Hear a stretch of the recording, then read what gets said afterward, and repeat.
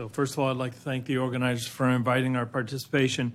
We've got a very different story. We are kind of the ultimate in tertiary care, perhaps even quaternary care as a large cancer center.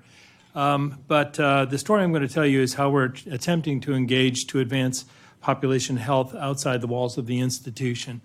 So first of all, it's important to understand that we're a traditional academic medical center with the usual three-legged chair of our responsibilities: research, clinical care to individuals, as well as education and training of future generations.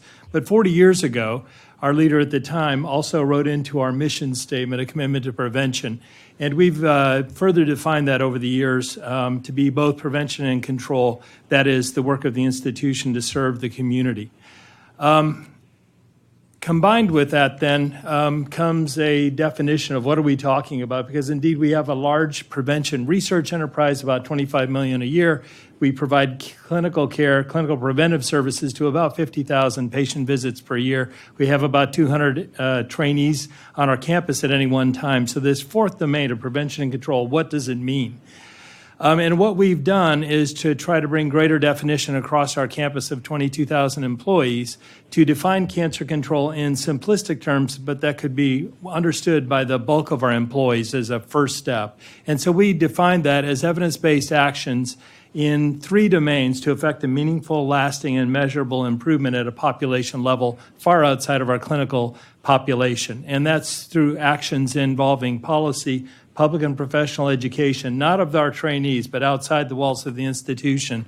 And then finally, how can MD Anderson both deliver directly as well as create an improved environment of care? So this is a relatively focal way of thinking about cancer control, which has many different definitions and can be thought of very creatively. We intentionally simplified, first of all, the concept so that it's broadly understood and endorsed across our population of faculty and staff members who largely deliver care to cancer patients.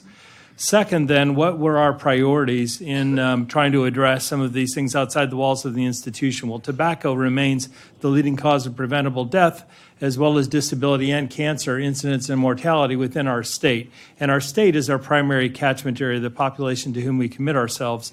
And therefore, for all of the reasons that are captured here that is no well known to an audience such as this, we chose to focus at least a part of our efforts in that domain. Just as you heard, we're attempting to be more comprehensive than that, but this is a tobacco example. It's important because it indeed is a modifiable risk factor that we should be able to address as a cancer center even. And so we use the reputation, resources of the institution to try to elevate the importance of this issue, both on our campus but also in the surrounding community. And so we were charged by our president at the time, what does MD Anderson, what should we be doing in this area of tobacco control? And so we brought together 18 faculty members and staff with expertise in this area and put together a treatise, more or less. It's about a 110-page document, borrowing largely from others, built around evidence-based actions that had already been taken by many other players at a population health level. But this is a commitment by our institution to making a measurable and lasting difference in tobacco, both in our campus and in the community. So we established three straightforward goals, very similar to the WHO or the Framework Convention goals of reducing the prevalence of tobacco use at a population level, particularly in youth and adolescents. Second, reducing the proportion of non-smokers exposed to tobacco smoke as secondhand exposures. And third, to increase quit attempts. And so how could MD Anderson put programs in place that would address those three goals? Again, we relied upon not our own creativity. We have research, a lot of research in this area, but we really drew upon the existing evidence base for these actions, and we intended to operate at three different levels. We have a global mission to eliminate cancer in Texas, the nation, and the world, and so that led naturally to us focusing first on our own institution, second upon our state and local region, and then third beyond the borders of the state even.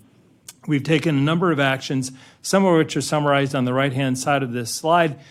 Just as we heard from Jennifer, a very broad approach. We put in place a cessation program that would extend to providers outside the walls of the institution. We've got about 400 trainees that have gone through that. We similarly, in the second panel there, have worked across the UT system of some 14 different institutions. You would think when we did this work a few years ago that all of our campuses would have been tobacco-free. Indeed, we had 3 campuses that had no policy around tobacco. And so peer pressure, we've learned, works among youth and adolescents. It also works among academic institutions. And once we convened our sister institutions at an annual summit now that we've carried out for 4 years, we learned that peer pressure works among us as well. And so now we are all tobacco-free, and we're learning from one another how best to implement programs of this nature. I'll now turn it over to my colleague to say more about the Tobacco 21 initiative as one example of work at the policy level. Thank you, Dr. Hawk. It's been a privilege to work at MD Anderson for 4 years to start the EndTobacco program. The goal is to end tobacco-related cancers. We're doing that through policy cessation as well as prevention. As you see here, we don't do it alone. It's a team sport. So I have 18 years of tobacco control experience, 4 within a cancer center, and then 15 in a nonprofit setting. But all of the nonprofit work led to me learning how to work within the academic setting, also at a cancer center, and also at a state institution. So what was really great was with the EndTobacco program and having the framework in which to draw upon with the evidence, we had to turn it into practice. And so I want to share the story of Texas Tobacco 21. Tobacco 21 is a campaign that's going around the nation right now. The evidence grew out of the 2015 National Academy's report that predicted saved lives, reduced lung cancer rates and deaths and morbidity.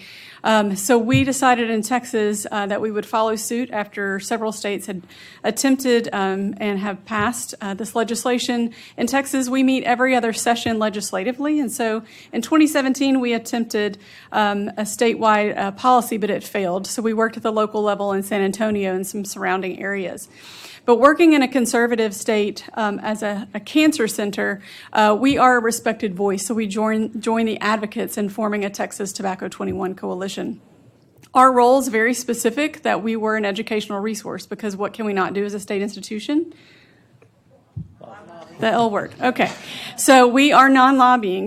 Dr. Hawk gave testimony at several committees. We had several experts serve in different educational one-on-one sessions with legislators, simply stating what is the impact if this policy were to pass, and they just educated on that fact. But we also, drawing upon the expertise I have with coalitions, we help support the statewide coalition. So I'm going to tell that story in 3 minutes. So 2 years of a story in 3 minutes. Approving and endorsing bodies we thought would be important, because for health systems, we know that there are layers to approval to engage in a policy of this nature, high-profile, impactful policy. So we just wanted to list for you, MD Anderson, we work through our endorsing bodies and approving bodies through leadership, including our president, government relations department, and our compliance and ethics divisions. We are one of the 14 UT system entities. There are 6 health science centers and 8 academic arms, but we are one of the health science centers. And so we had to run this up the chain through our Board of Regents, as well as the government relations division at the UT system level, as well as ethics. And it was in fact adopted as one of the legislative priorities for UT system and for MD Anderson. We also have a board of visitors who don't have fiduciary duties. They have board duties for whether it's philanthropy or for resourcing.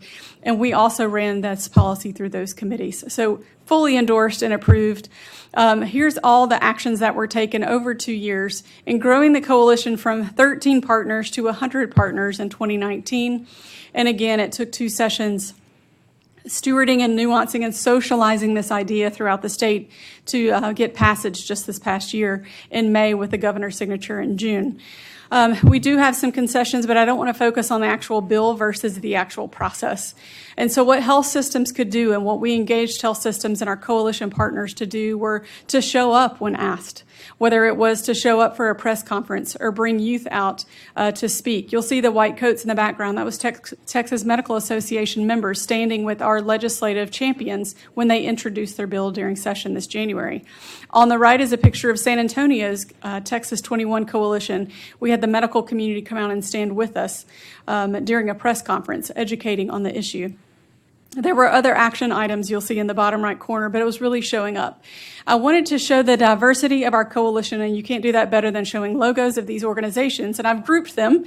I didn't get all 100 organization logos, but I do have 75. So I'm going to go through 4 slides really quickly to tell you the diversity of our coalition. Public health groups led the charge, carried the water legislatively and advocacy-wise, but we have other children's health groups that engage. These are non-traditional partners that care about this issue to reduce access to tobacco products to youth, and they joined us.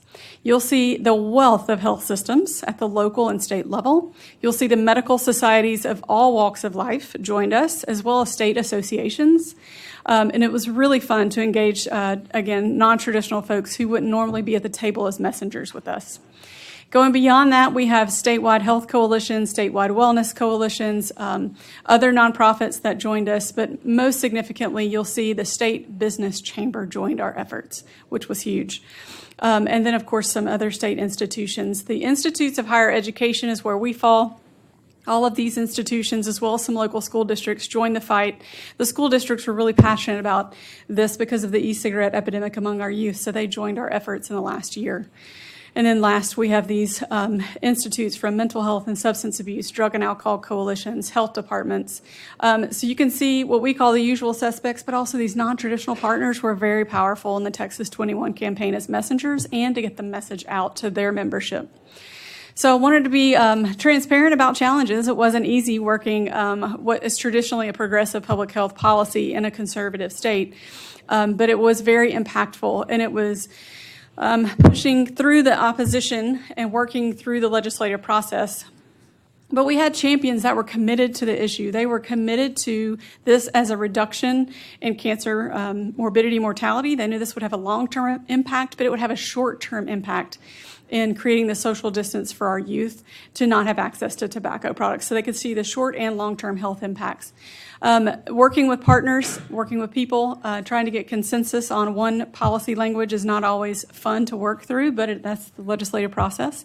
So these are our challenges. And in the end, I know Dr. Hawk wanted to talk about something that would be relatable to you all as health systems or institutions and how this could translate.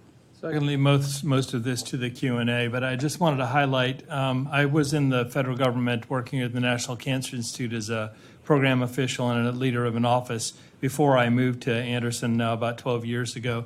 And I think there are a number of ways that federal agencies like the NCI, NIH, CDC can promote academic centers, even something like a cancer center, to take more responsibility and make more commitment to community actions. And they can do that through rules, kind of the either providing funds for it or making requirements of it. And I think they've done a masterful job, actually. I'll highlight the bottom, too. The Cancer Center Support Grant as well as the Clinical Translational Science Awards both have requirements in them for community outreach and engagement that endorse these kinds of actions coming from a cancer center.